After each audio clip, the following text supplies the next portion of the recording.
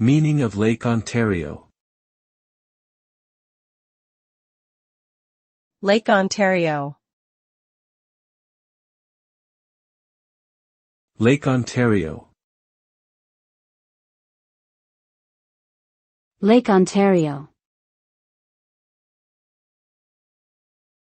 Lake Ontario. Lake Ontario is one of the 5 Great Lakes of North America. It is located on the border between Canada and the United States, specifically between the province of Ontario and the state of New York. The name Ontario is thought to come from the Huron word Ontario, which means Great Lake. Lake Ontario is the smallest of the Great Lakes by surface area, but it is still quite large, with a length of 193 miles, 311 kilometers, and a maximum width of 53 miles, 85 kilometers. It is an important source of drinking water for millions of people and also supports a variety of commercial and recreational activities.